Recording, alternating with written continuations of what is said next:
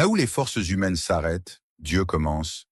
Suivez l'histoire inspirante de Samba partie 1. Le soleil est haut. Les cloches de l'église viennent de sonner. C'est la fin du culte. Samba, 30 ans, marche calmement avec sa femme et leurs 2 enfants, la main dans la main. L'ambiance est paisible, teintée du calme du dimanche.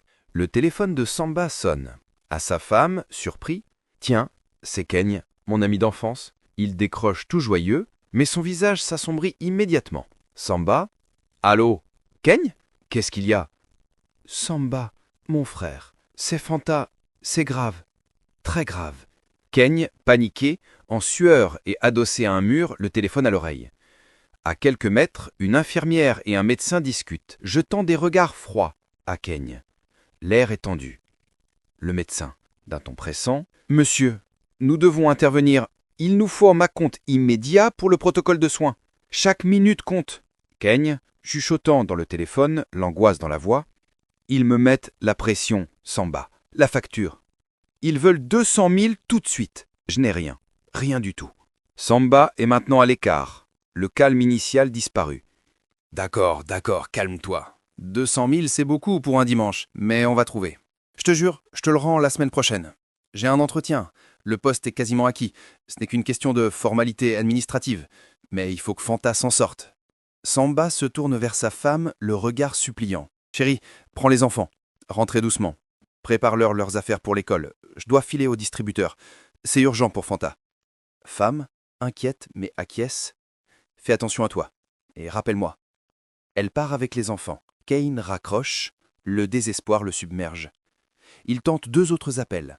D'abord à son cousin, puis à son frère. Keigne. « Non, ce n'est pas un emprunt pour une fête. C'est ma femme. Elle va mourir. » Son frère rétorqua, sèchement. « Tu sais que je suis à sec, Keigne. Bonne chance. Appelle-moi quand tout sera réglé. » Keigne jette son téléphone contre le mur de frustration. Samba est devant le distributeur. Il entre son code, puis attend, l'air anxieux. Son téléphone sonne à nouveau. C'est Keigne. « Allô ? Oui, j'y suis. Dépêche-toi, s'il t'a plaît. Je les ai entendus. Ils vont la mettre dans un service moins bien si je ne paye pas maintenant. » La machine distribue les billets. Samba les prend rapidement, les compte et les met dans sa poche. « J'ai l'argent, j'arrive tout de suite. Donne-moi juste la chambre. » Samba arrive essoufflé. Keigne se précipite sur lui. « Keigne, tu es là. Oh mon frère, merci. Tu m'as sauvé. » Samba lui tend les liasses. « Tiens, 200 000. Va payer, maintenant. Je reste ici. » Keigne prend l'argent et court vers le bureau des admissions. Samba s'approche de la porte de la chambre de Fanta, s'agenouille au milieu du couloir, malgré le regard des passants, et ferme les yeux. Samba, Père céleste, donne la guérison à cette femme. Donne-lui la force. Nous mettons toute notre confiance en toi. Keigne revient. Il voit Samba, s'agenouille maladroitement à côté de lui et ferme les yeux. Il mime la prière, son visage restant froid et calculé. Ce n'est pas la foi qui l'anime, mais la nécessité de jouer le rôle de l'ami reconnaissant. Abonnez-vous et commentez pour recevoir la suite et être édifié.